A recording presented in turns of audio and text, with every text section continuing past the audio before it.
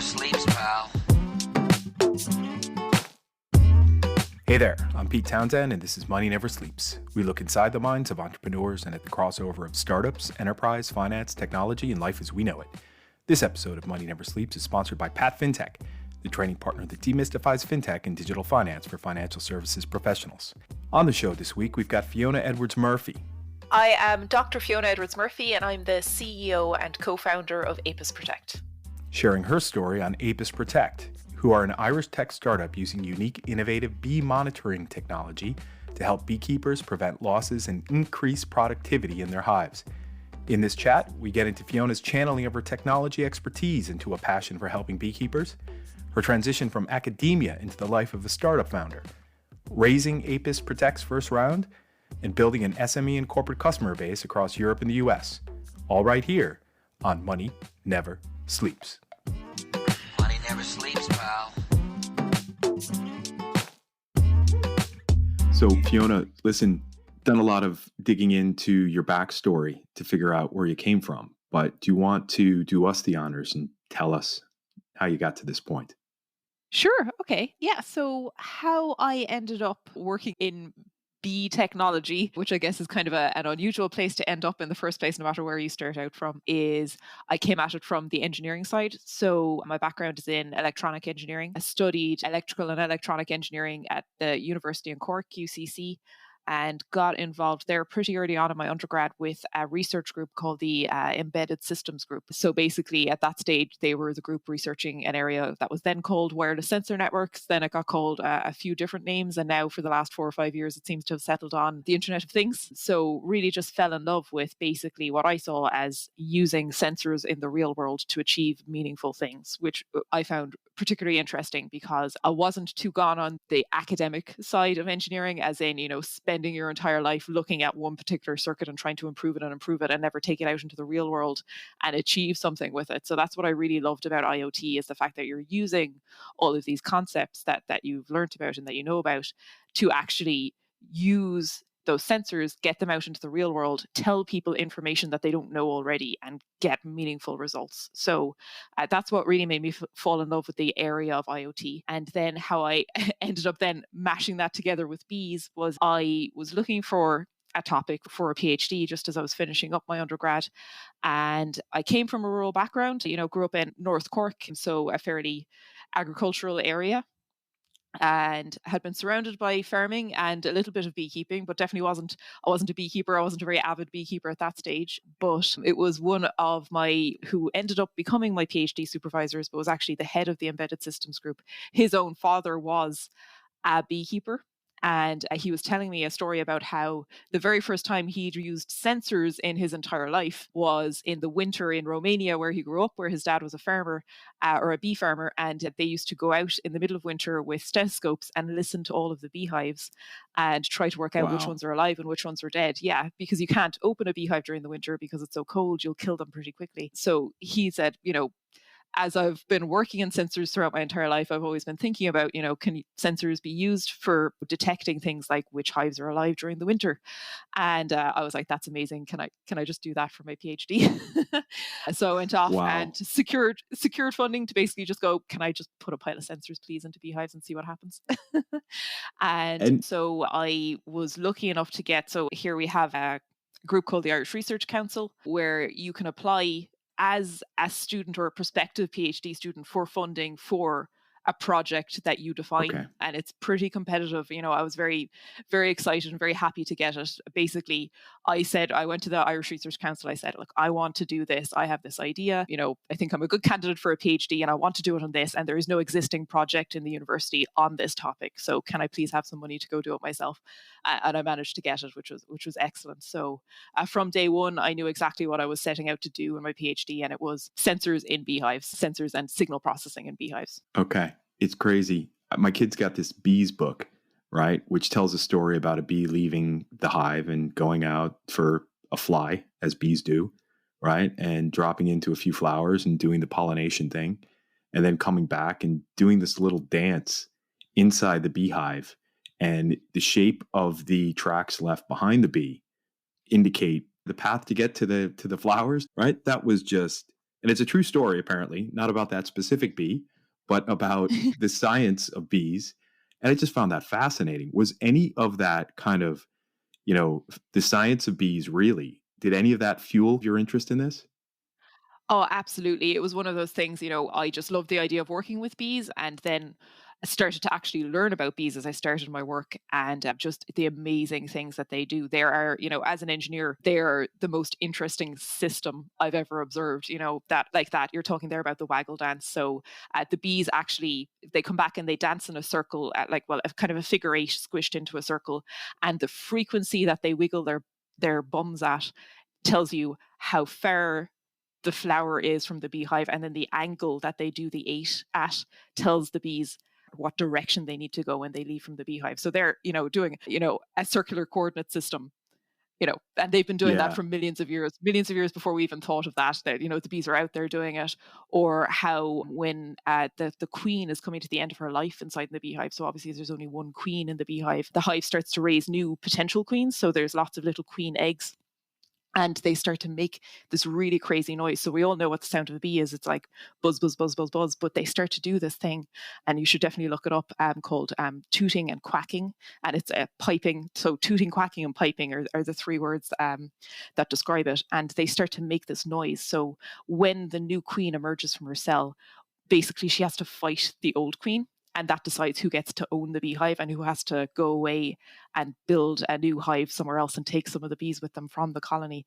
And they make this crazy sound. It sounds almost like a bird rather than a bee. So it's just all of these crazy visual things that they're doing, the sound things that they're doing, the ways that their eyes work to be able to tell where the sun is so they can locate their beehive when they're trying to get back to it. It's just unbelievable. And it's just, that's what really got me so excited about beekeeping. It's like, oh, I want to be able to, click into this crazy system that the bees have, where they understand all of these things, they find their way around the world in such creative ways, and be able to then measure that and help the beekeepers work with the existing system in order to improve their operation. It's fascinating. It's fascinating. And I was going to go down the angle of bee twerking, but it sounds like there's a bit of bee UFC in there as well, the Ultimate Fighting Championship. And I can see the passion there, which is awesome. And it's so critical to have that as a startup founder, right?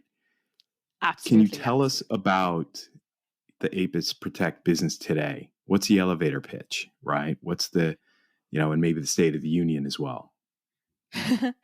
Sure, yeah. So I co-founded ApisProtect back in 2017. So we've been out there working with beekeepers now for almost 4 years. And really what we found to be the most impactful thing that we can do with this kind of technology is to help beekeepers reduce losses and increase productivity in their operations. So the beekeepers that we work with primarily at the moment in ApisProtect are pollination beekeepers and also honey producers, but really it's the pollination beekeepers that we kind of designed our original product for. And it's all about getting technology into beehives and using that technology to help beekeepers identify where in their operation they should use their materials, their labor, and their transport most effectively. So basically, sensors out into the beehives, collect data, tell beekeepers, okay, here's a hive that's 200 miles in one direction that needs your attention right now, and here's a hive 200 miles another direction that doesn't need your attention. So don't waste your time, don't waste your resources out there. And can I ask, just out of curiosity, how big is the market in the sense of like beekeepers? I know Pete has family members and he's talked about it before, but I know very little about beekeeping. Yeah, it's a pretty significant market. I know that when you're I guess not involved in the business of beekeeping, it kind of just happens around you, and lots of people are unaware of it. But it's a huge industry. So the honey industry globally is valued at about $3 billion. The pollination industry right now is valued at about $1 billion, but it is growing pretty rapidly. That's the really new and the emerging part of the beekeeping business. And just a bit of context around the almond pollination event in California, because that's really the area that created the pollination industry. So in California, they produce about 80% of the almonds in the world.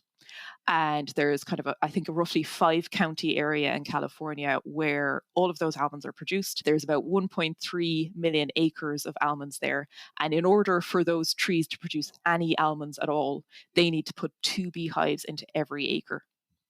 So that's 2 beehives into every acre, which is 2.6 million beehives.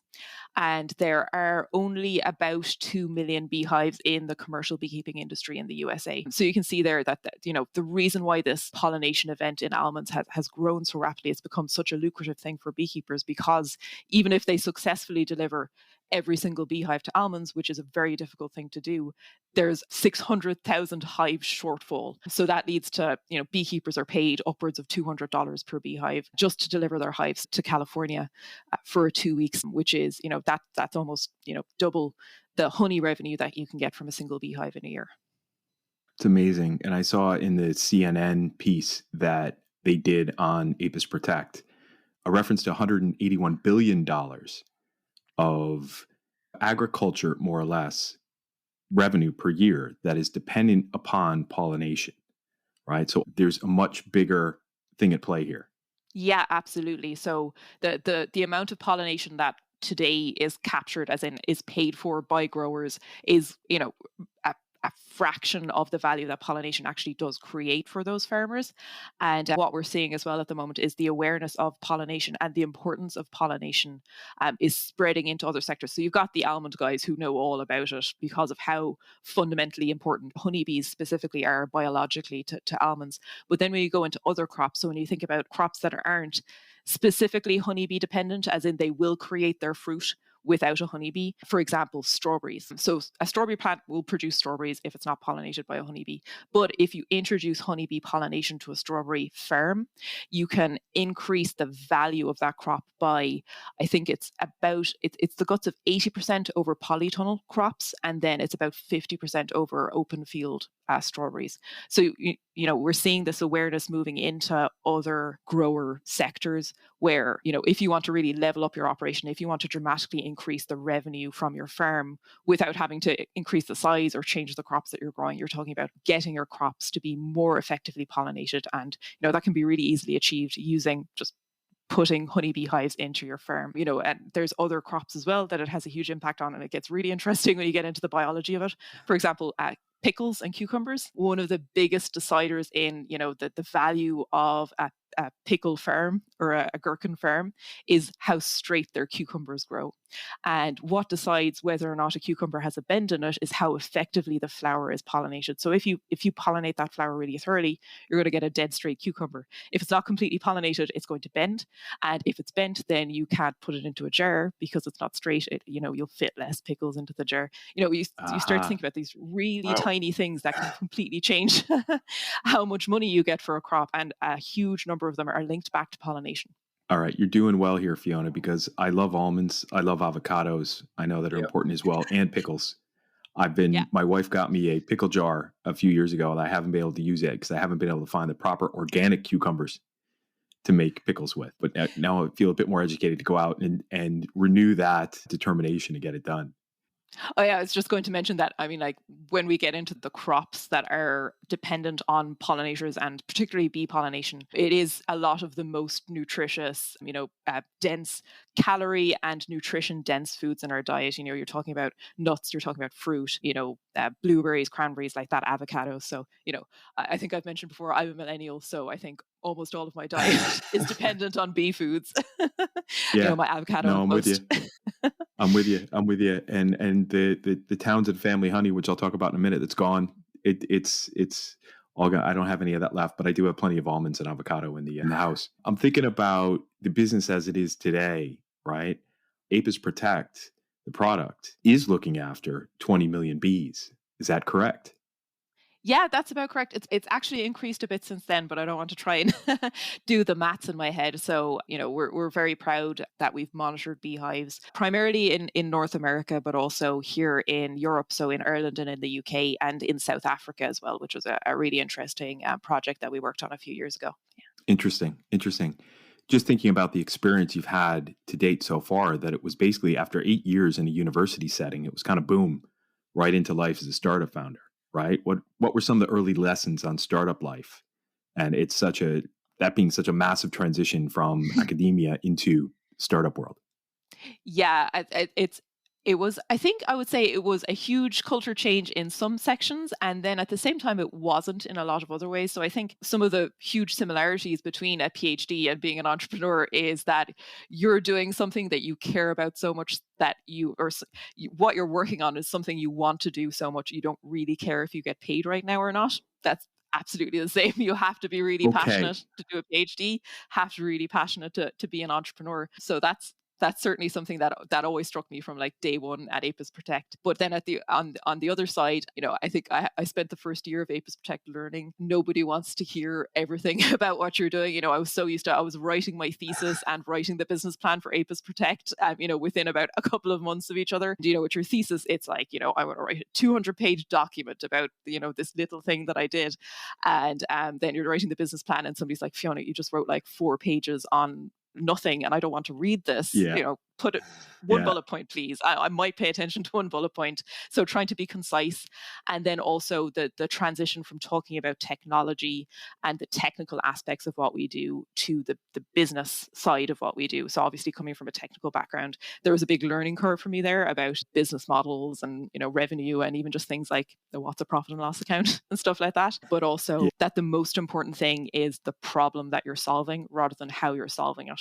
Everybody's going to assume you're the engineer with the PhD, you know how to solve the problem. It's evaluating whether or not you've got a problem worth solving, whether it's, significant and valuable enough to solve.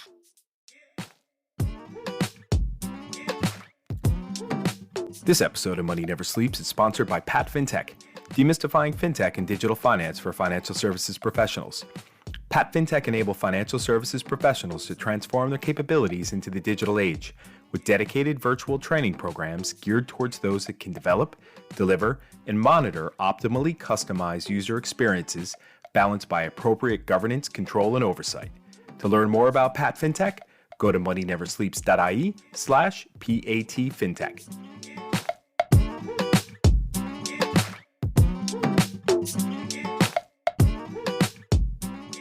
And I was going to ask, was it difficult then, I suppose, in terms of, you talked about trying to condense it into something for people to understand, especially when you're going to raise money. It's incredibly niche, but obviously having talked to you now, I understand obviously the market and the opportunity, but at the same time, I'm sure there were a lot of people you talked to who couldn't get their kind of head around it.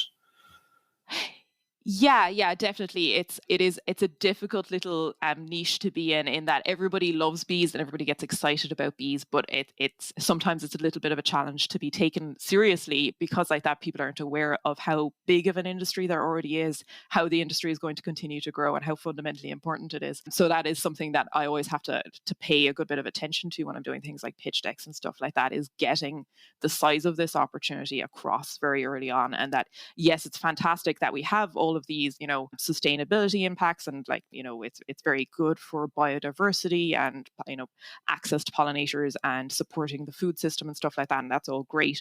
But there is a proper viable business opportunity. We're not just ticking the CSR boxes, if you get what I mean. So that is really important. And, having the dynamics of the almond industry ready to go in my head all the time, that's really important because people kind of sit back and go, oh, wow. When you start multiplying all those numbers together, it becomes, oh, yes, that's very serious. And that's just one thing that they do in the year. That's February. What can they do for the rest of the year? Okay. Yeah, I get that. And when you're talking about pitch decks and you're talking about trying to be concise and get into one bullet. And it just reminds me very much of what happened about 5 years ago, maybe 4 years ago in blockchain technology, where every single pitch deck led with, hey, we're blockchain for this, we're blockchain for that, blockchain for bees. I'm sure there was one of them, We have been asked, can you get blockchain in there? Of course, of course. It's the last, it's the only buzzword we're missing, I think. I know. There's the place where I get my coffee, Moyi Coffee. They're wonderful. It's fair trade coffee. They originally started with a blockchain hook on their packaging and on their story. And then they were kind of like, well, you know what? We probably don't need this anymore. And most people don't know what it means. So let's just pull it out of there. But definitely learn that lesson the hard way with working a whole bunch of startups where it was just, okay, we're AI for this. We're machine learning for that. I'm like, no. What's the problem you're solving? Just like you said, what's your value proposition? All right. So yeah, kind of, I could feel that pain in coming out of, the 4 pages or the 200 pages. How did that work, right, with investors like Atlantic Bridge and Finisterre in terms of converting your academic mind already en route to becoming that business mind, so passionate about what you do, and then pitching it as an investment worth making for them?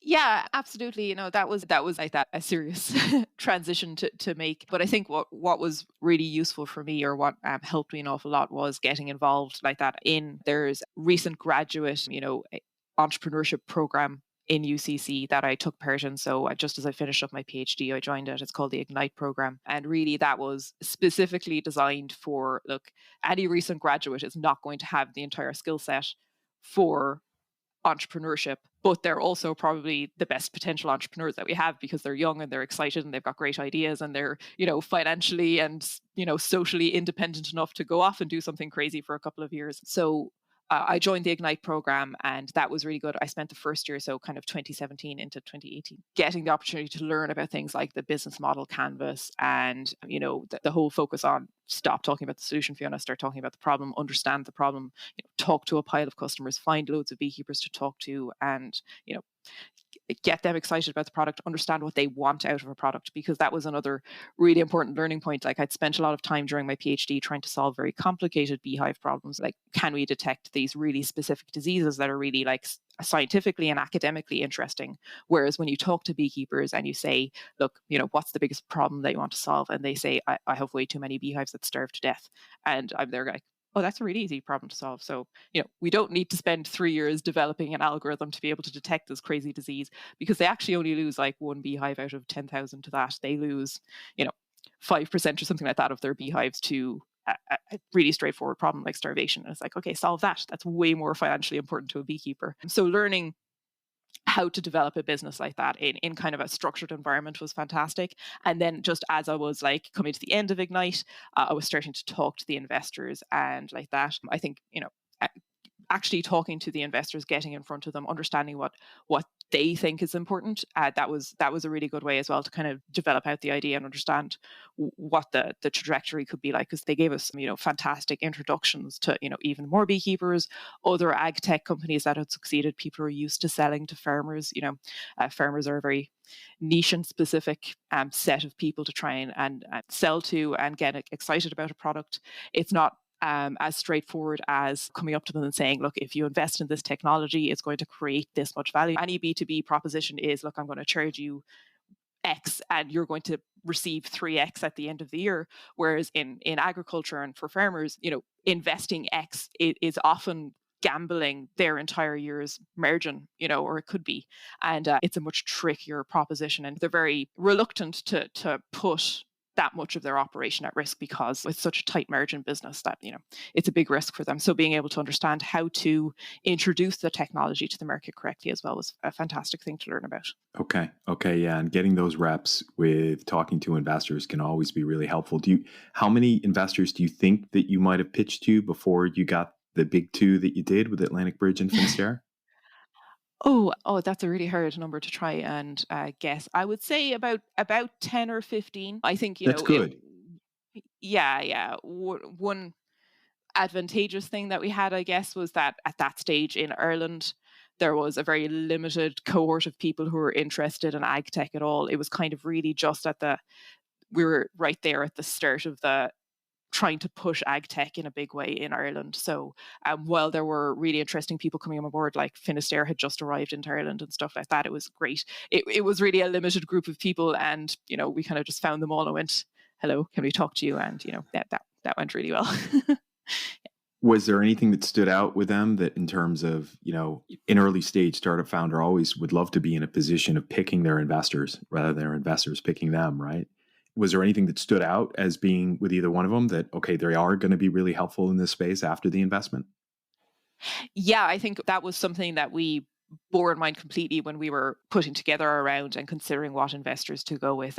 Every investor in our cohort, so we had 5 investors, so co-led by Finisterre and the Atlantic Bridge University Fund. So Finisterre obviously brought a huge amount of ag tech experience. Like, we knew at that stage our first market had to be America with that pollination industry. So they had so many connections straight in there. And then Atlantic Bridge, based in Ireland have fantastic connections in the US, but also have great technology connections here in Ireland. So as we were bringing our product, so I had loads of experience of engineering, no experience whatsoever of manufacturing a product, certifying a product, all these kind of later stage things. So they gave us some great support around that, introductions to help get that process done as efficiently and as cheaply as possible, which is still not very efficient, not very cheap, but at least not make giant mistakes. And we have the Yield Lab, who again are Ireland and the US, fantastic, specialized in ag tech, Radical Growth, California-based ag tech. So again, both of them gave us fantastic introductions over in the US.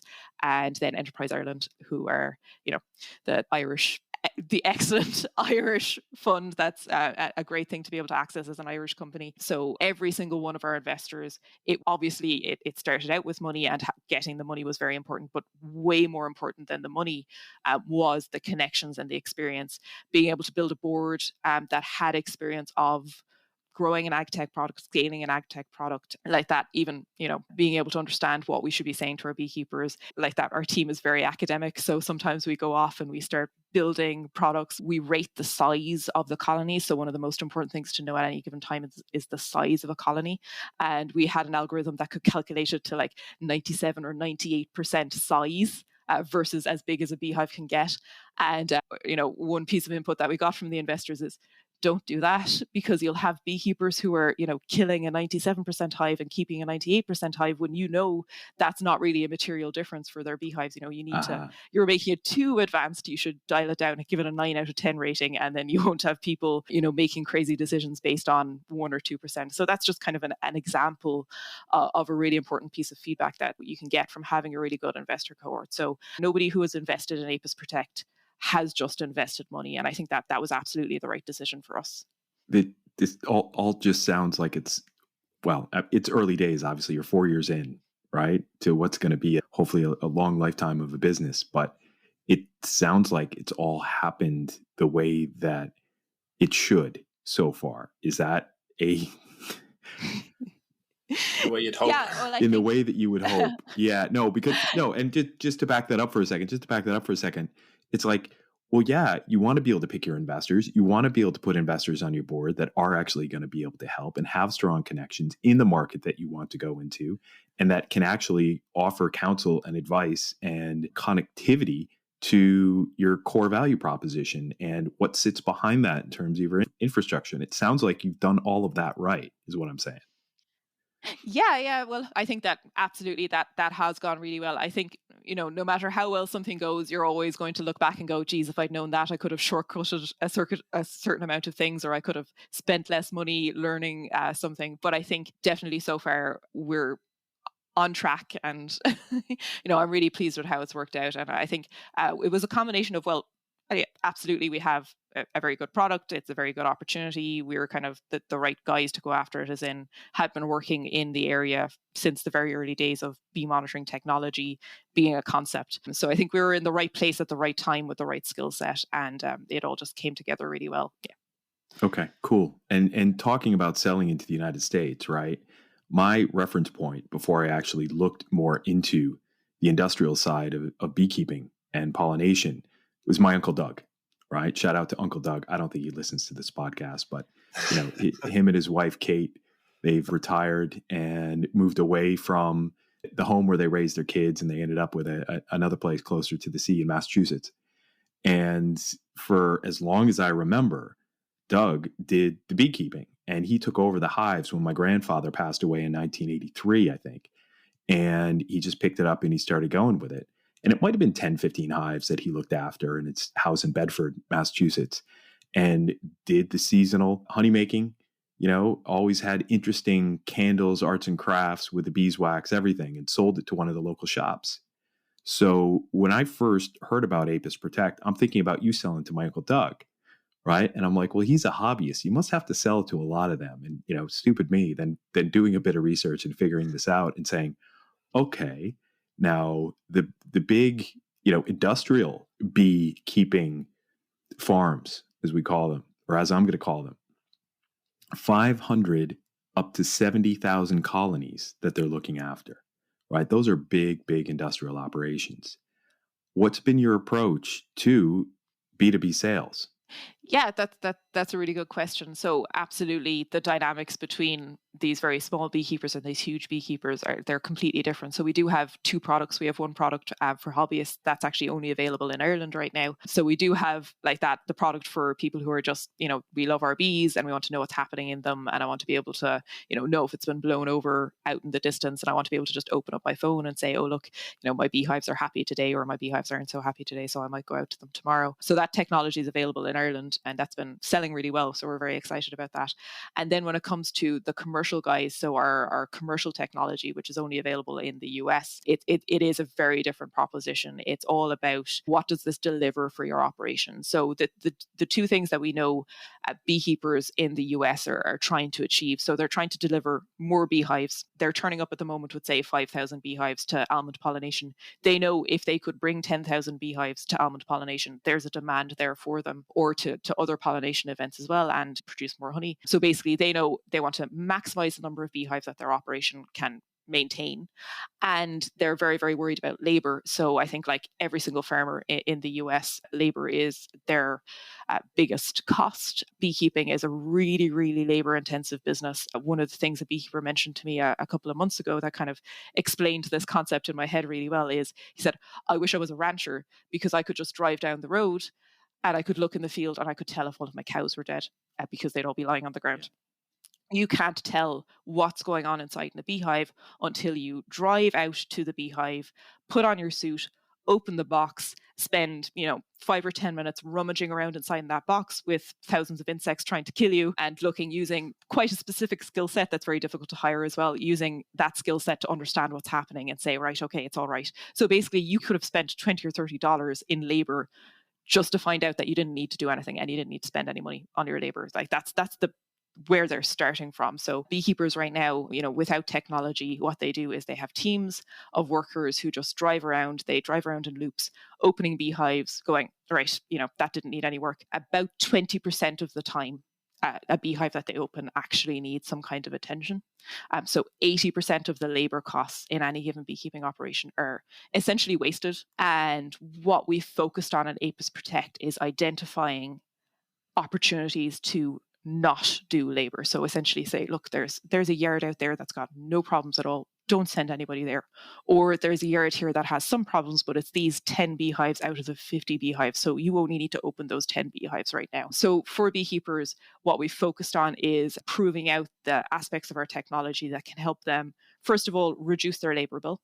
And then secondly, take advantage of that reduced labor requirement to increase the average colony size in their operation. So basically, because you only need to look at 20% of the beehives, you can spend twice as much time on those 20% of the beehives, and your labor bill is still way lower than it used to be. And those beehives are going to be much bigger. You're going to lose a lot less beehives. Right now, beekeepers are losing about 40% or up to 40% of their colonies every year. So what we can do is help them dramatically reduce that number. So basically, you've got more beehives surviving through the winter months. You've got more beehives available to go into almond pollination. The average size of those beehives is larger. The average size of the beehives is what decides the amount of money that they get paid for those beehives in pollination. So basically, you're going to spend less money on your beehives, and those beehives are going to earn you more money when they get out into the field. So that's the business proposition. Yeah. I love it. I love it. And I was talking to a startup founder today, very, very early stage, who I'd been mentoring for the last, 3 months. And we had been working really hard on his pitch around reduction in cost of his customers, right? And they need to spend less time doing this. And because who he was selling to and his target personas of who he wanted to reach out to sell to, were people that's what they were concerned about, the cost, right? They weren't really thinking revenue. And he had a very interesting conversation with another mentor just late last week who said, listen, you know what? I kind of like where you're going with this, but you really got to focus more on the money-making side, right? What is the revenue? What is the lifetime value?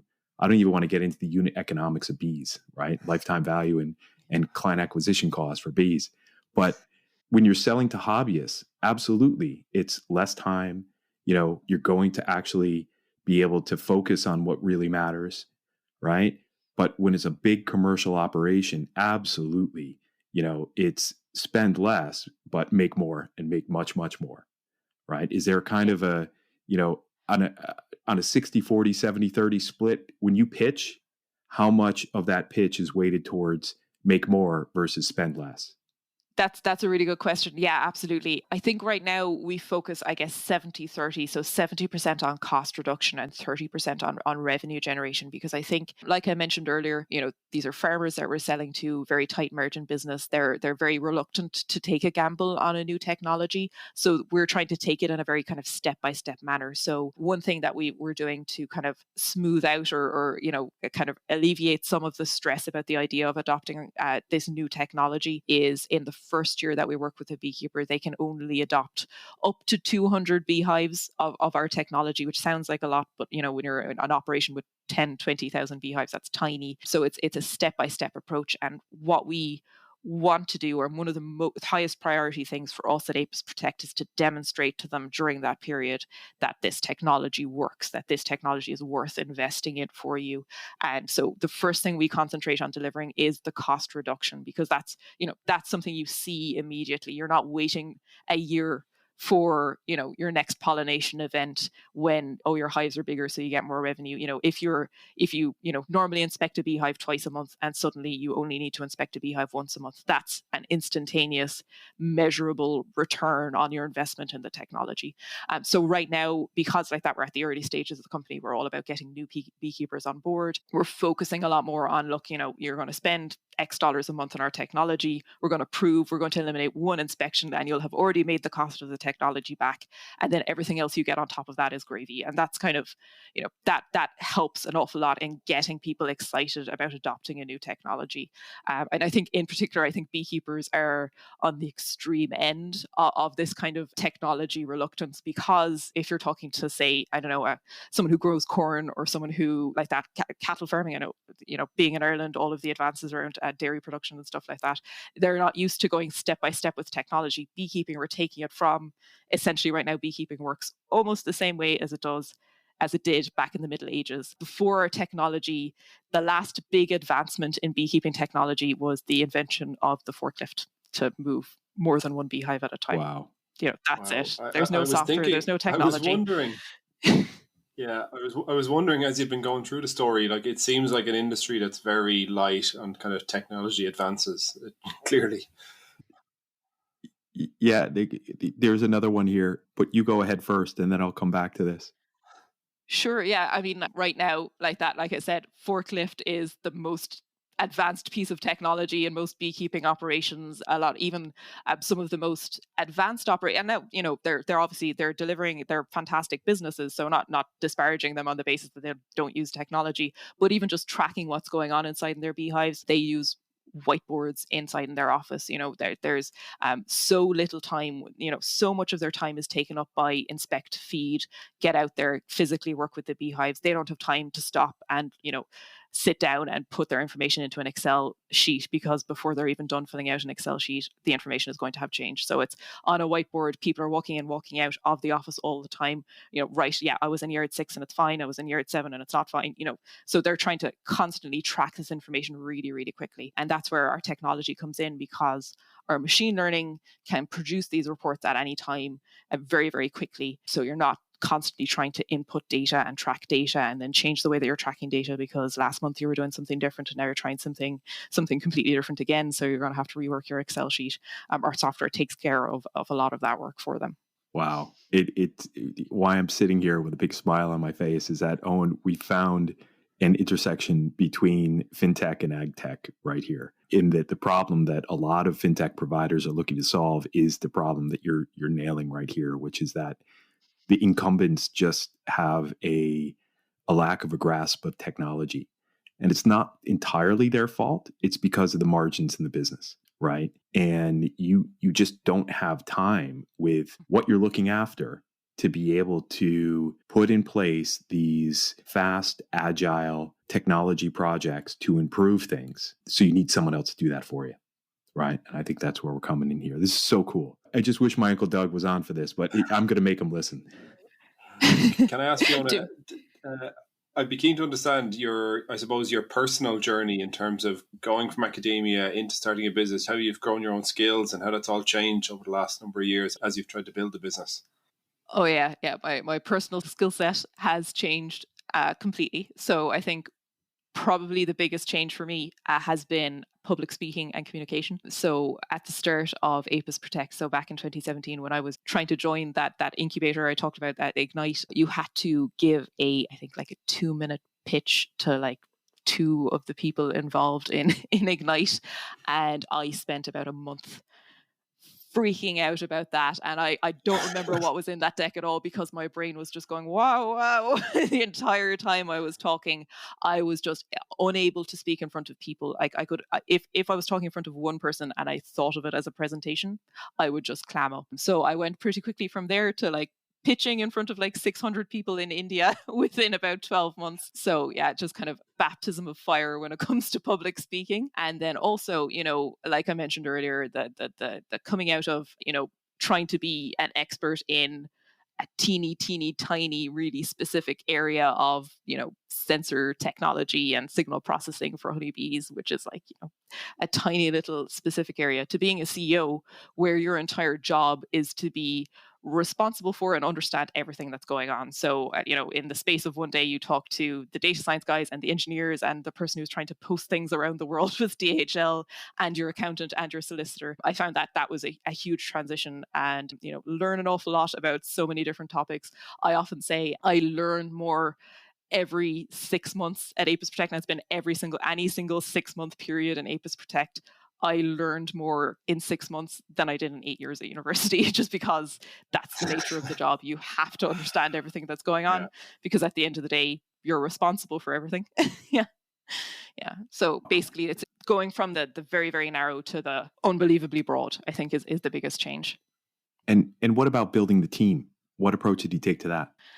Yeah, that again was something that was completely new to me. So what we focused on is getting people into the team that are really, really excited and passionate about what they do, and excited and passionate about what we're doing as well. We have engineers, software developers, data scientists, biologists, marketing people, salespeople, business development people, and everybody's an expert at what they do, but are also very, very passionate about our goal of improving bee welfare, improving food production for humankind. I think we've got the probably the biggest proportion of vegans and vegetarians in any startup team. All of our Christmas parties have to be at vegan-friendly locations. So I think that was really important to us, was that, that additional passion is really important for, at the end of the day, you're in a startup. It's harder work than anywhere else. It's pulling out all the stops when you've sent out a pile of devices and suddenly you realize that, before they go into the post, we have to solder one piece onto every single one of them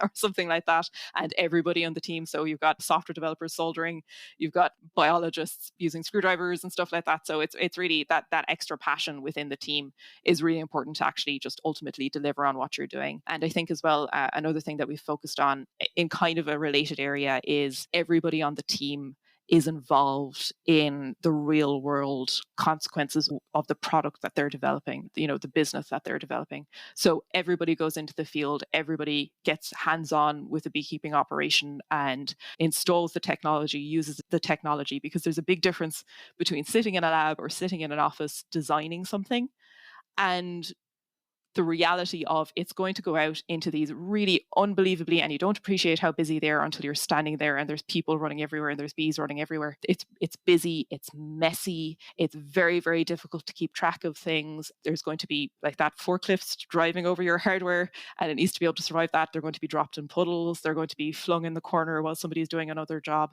And without the practical understanding of what that's like, I don't think it's possible to design a product and to build a product that works out there. I think a really good example is we've got a labeling system. So the sensor unit is installed in the roof of the beehive, which obviously is the first thing that's taken off anytime somebody's working on the beehive. And in the past, it doesn't matter if the roofs get swapped around between the beehives. You're going to rip the roofs off 10 beehives and do a pile of work and then put them all back on.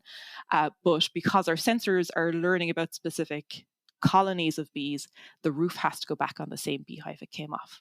So we designed a labeling system with numbers, colors, and shapes on it to try and make it really, really obvious from far away. Okay, this box has a color, shape, number, and this roof has a color, shape, number. So you put them back together naturally. And we were like, that's completely foolproof. And then our own team went out into the field, and we found several times we ourselves weren't putting the back in the right place. So it's like, how can we expect our customers to do it when we can't even do it in the real world? So, being able to push your product all the way to where it needs to be to actually survive in the real world, that the practical experience is completely necessary.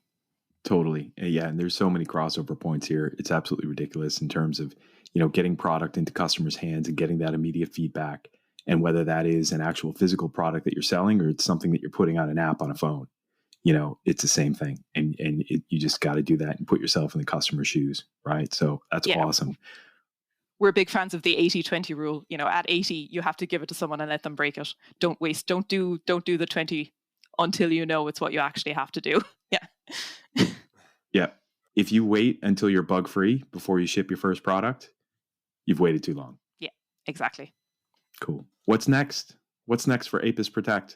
Yeah, we're at a really exciting point now at ApisProtect. So we launched our product in the US last October, I think. October, November, it's all a big blur to me at this point. We launched our product here in Ireland in January. So we're moving now to the scaling stage. It's all about getting more beekeepers on board in the US, getting more beekeepers on board here in Ireland. We're going to be moving into additional European countries over the next 12 months, which is really exciting as well, to get more of these smaller artisan hobbyist beekeepers on board and getting like that a substantial footprint in the US. We're focusing right now on bringing about 20 beekeepers on board, or between 10 and 20 beekeepers on board for that pilot program that I mentioned earlier. So get ourselves into a number of operations, get established, and really demonstrate the value of the technology to those beekeepers, and then like that scale up within those operations over a couple of years. Very good. When we have these conversations, Fiona, it's sometimes never clear when we have a conversation with a startup founder from an industry that Owen and I just aren't familiar with, but it's always awesome to get that connection point to really truly understand what you're doing. I don't think I could ever understand what you're doing from a technological perspective, but at least I can connect some dots. But from the business challenge perspective that all startup founders have, right? So awesome to have this chat with you. Owen, do you want to do the honors with your final question? Yes, I will, of course. And I echo what Pete says. It's been one of the most informative conversations I think we've had on the show in terms of understanding a market that I don't have any clue about. I only watched like Bee Movie with my kids a few weeks ago. So I kind of had that in the back of my mind. Yeah, I was like, I'm sure there'll be some reference. But yes, I would like to ask, what is it people wouldn't expect to know about you? I think the one really, it's always my interesting fact about me in any kind of like that situation where you get asked, I know how to play the bagpipes, which is a completely random thing from Cork to be able to do. So yeah, my family is a big bagpipe family, and like that I learned how to play them when I was a child. Well, it's really impressive. That's awesome. If you go telling that to the majority of Irish Americans, they think it's completely normal for an Irish person to know how to play bagpipes. Because it's commonly confused that the bagpiper at the Irish American wedding, right? Yes, yeah. So yeah, let's not offend your customers though. So, but we'll leave it at that. Fiona, thank you so much for coming on the show tonight. It's been absolutely brilliant talking to you. Really enjoyed it. And really looking forward to tracking you guys and seeing you just knock the ball out of the park over and over again. So thank you. Thanks so much, guys. It was great. That does it for this week, folks. And thanks to Fiona for opening up her mind to help us figure out why she does what she does. Links are on our website at moneyneversleeps.ie. So check us out online and subscribe to our Money Never Sleeps newsletter as well. Also, thanks to Conan Brophy from Create Sound for mixing and editing this episode. Conan is an excellent media man to get in touch with when you're thinking about launching your own podcast. As for me, I'm the founding partner at Norio Ventures, and I'm an early stage startup advisor and investor focused on fintech and digital assets. If you'd like to talk to me about your business, drop me a voicemail on moneyneversleeps.ie. Finally, till next time, thanks for listening. See ya!